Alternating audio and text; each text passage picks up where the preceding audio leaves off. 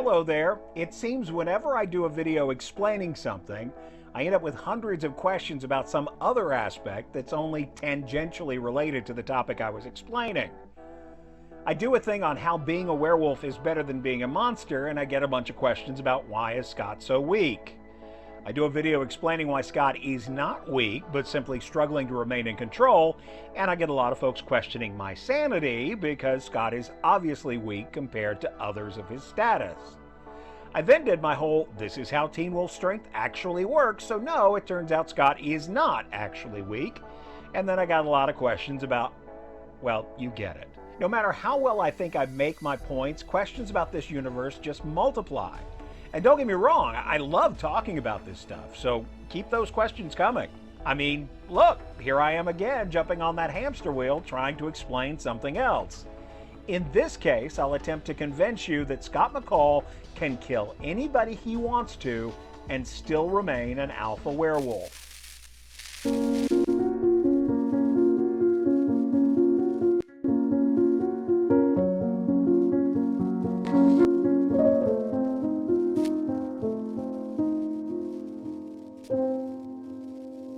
If you're up for more weekly trips back to Beacon Hills, consider subscribing to the channel, and if you don't mind letting YouTube intrude in your life by pinging your devices, click on the bell and they'll alert you when I post new stuff. I've actually tried to explain the whole true alpha thing before, but I think I was being a little too cute with the religious imagery and my whole point got lost. Basically, true alpha is no big deal.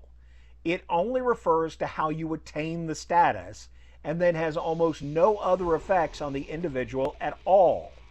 I say almost because it is true that the status can't be stolen, but that's only because it wasn't stolen in the first place.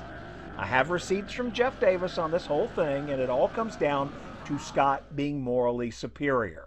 Morally superior, I love that. I think really what we wanted to do with the term true alpha was make him an alpha who didn't have to steal his power, who didn't have to have it handed down to him. He basically, it came to him of sheer willpower, sheer force. We don't like telling chosen one stories, so he's not basically the Jesus character who had it bestowed upon him.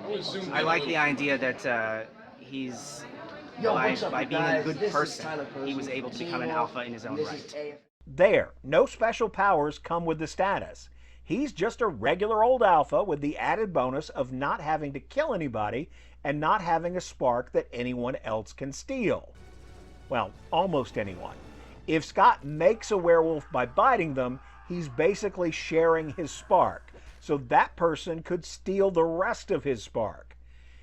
In the Teen Wolf universe, as we know it currently, only two people could do that, Liam or Hayden. Both were bitten by Scott and therefore could take the alpha status from him. It comes down to the fact that this particular alpha spark was created inside Scott. It is unique to him and he can choose to share it, but it cannot be forcibly transferred to anyone that he hasn't chosen to share it with.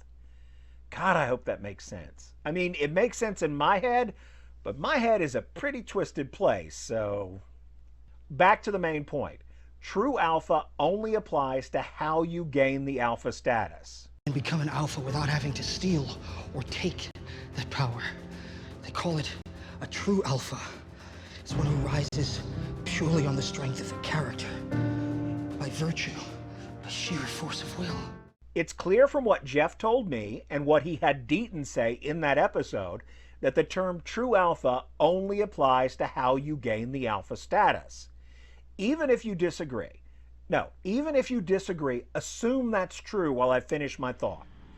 If it's just about how you get the status, why then would there be extra rules you have to follow to keep the status? I mean, you get it by being morally superior, but you don't lose it if your morals slip. But what about what Scott said that one time? Make it stop, or I'll kill you myself. I don't care what it does to the color of my eyes. Okay, this part is pretty simple to me. His eyes had just switched to red like a minute before this. He said the words, "I'm an alpha now," But nobody in this abandoned distillery or anywhere else in the Teen Wolf universe knew for sure what that actually means. So it's one of two things. Either Scott didn't know what he was talking about, or he was talking about the change to blue when you kill someone. Okay, it could be one of three things. The third being that this speech was actually longer at some point and got cut down to just these few lines, and some of the deeper context got lost.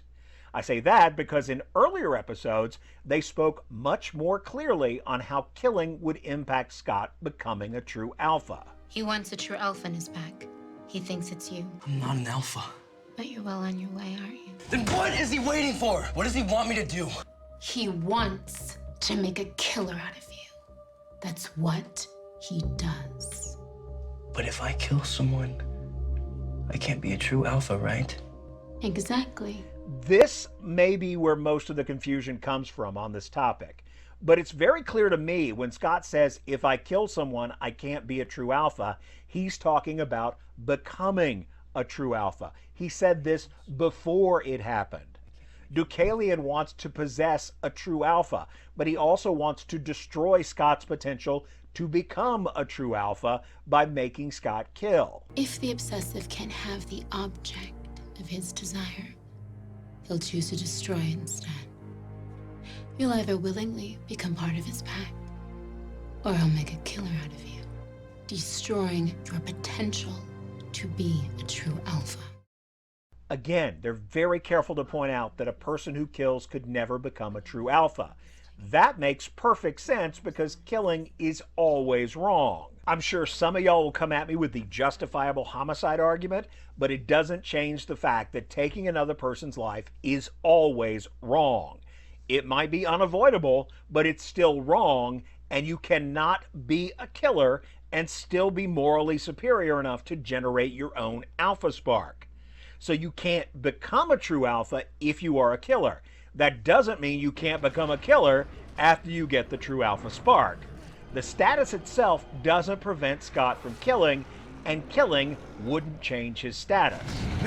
On a slightly more personal note, if this no-killing idea is real, it actually damages the character in kind of an irreparable way. Scott chooses to do the right thing every time. He agonizes over which course of action is the right and moral thing to do.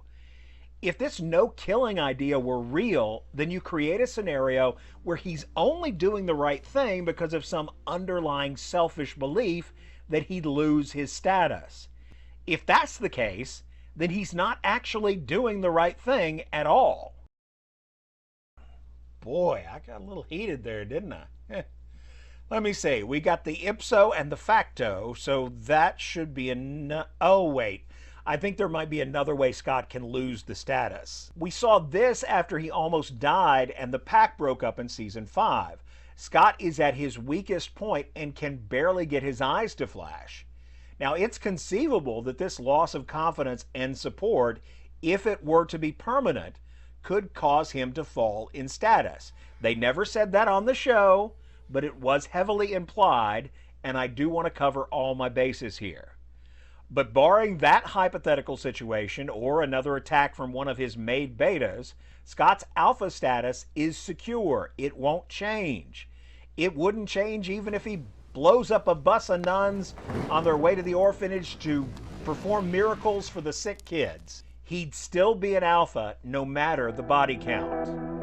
Thanks for watching. Now go like the video and comment and tell me I'm stupid wrong. Also, while you're down there, maybe subscribe, and I'll see you next time we go back to Beacon Hills.